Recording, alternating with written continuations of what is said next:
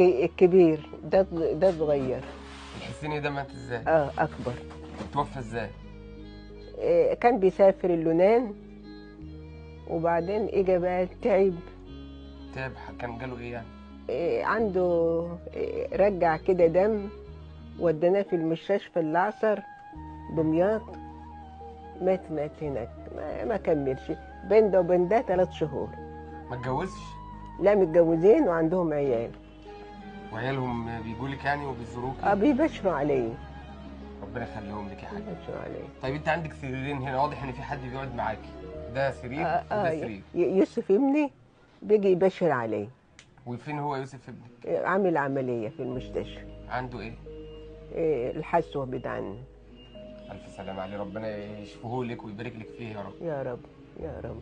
ربنا يديكي طول العمر انت ويجزيك. ابني. طبعا زي ابنك طبعا. انتوا ولادي.